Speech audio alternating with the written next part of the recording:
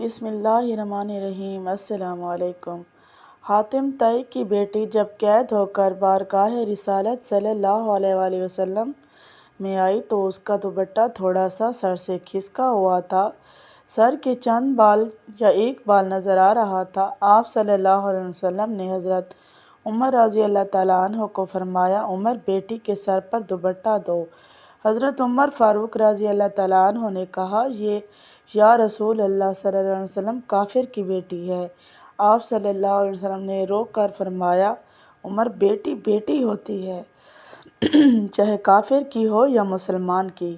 پھر آپ صلی اللہ علیہ وسلم اپنی جگہ سے اٹھ کھڑے ہوئے اور چادر اٹھا کر بچی کے سر پر رکھی اور فرمایا، بیٹا، میرے صحابہ آپ کو قید کر کے لائے ہیں، میرے پاس رہنا چاہو تو رہو، واپس جانا چاہو تو جا سکتی ہو۔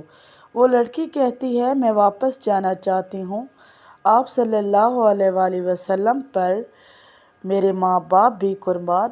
آپ صلی اللہ علیہ وسلم نے صحابہ کی ڈیوٹی لگائی۔ 2 دن اور 2 راتوں کے بعد آپ صلی اللہ علیہ وآلہ وسلم کے پاک اصحاب دروازے پر پہنچے۔ دروازہ کھٹکھٹایا یا اندر سے عدی بن حاتم یعنی حاتم کا بیٹا بہر آیا۔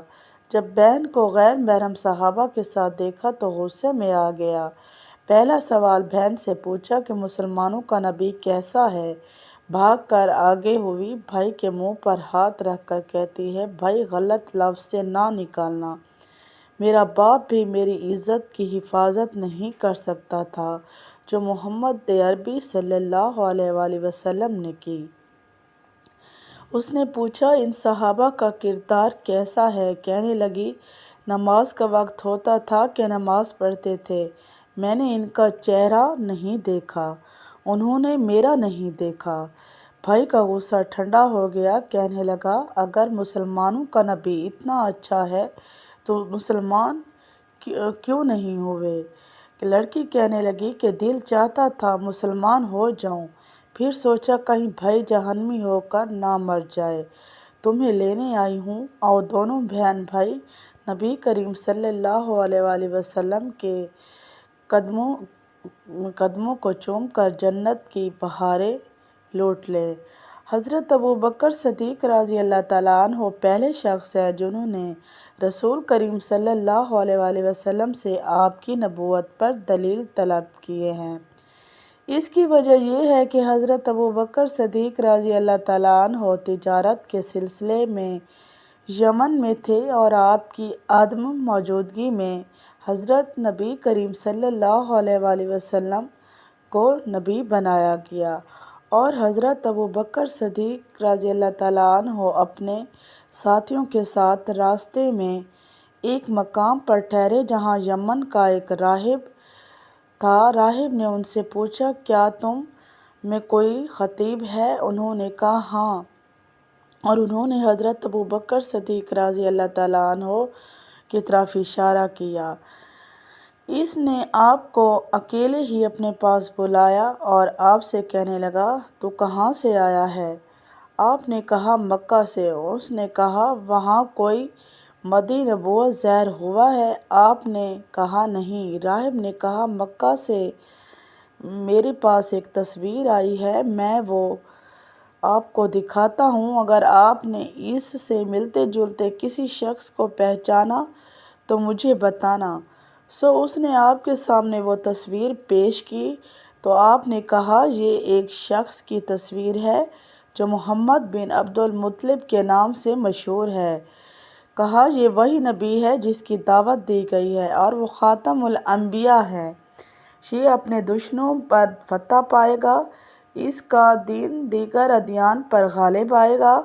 حضرت ابوبکر صدیق رضی اللہ تعالیٰ عنہ نے کہا، ہمیں تو اس کی یہ بات معلوم نہیں، اور نہ اس نے دعویٰ کیا ہے، اور نہ وہ علم میں مشہور ہے، اور نہ اچھا لکھ سکتا ہے، اور نہ اس نے یہود و نصارہ سے میل جول کیا ہے۔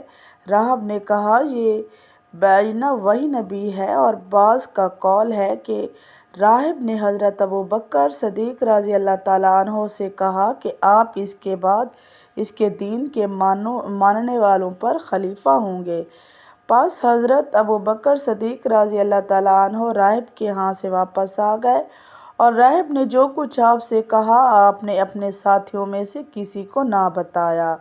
اور جب آپ مکہ آئے تو آپ کی ماں سلمہ ام الخیر نے آپ سے کہا آپ کے دوست محمد صلی اللہ علیہ وآلہ وسلم نے جو کچھ کیا ہے آپ کو اس کی خبر ملی ہے؟ اس کا خیال ہے کہ وہ نبی ہے، اسے اللہ نے نبی بنایا ہے۔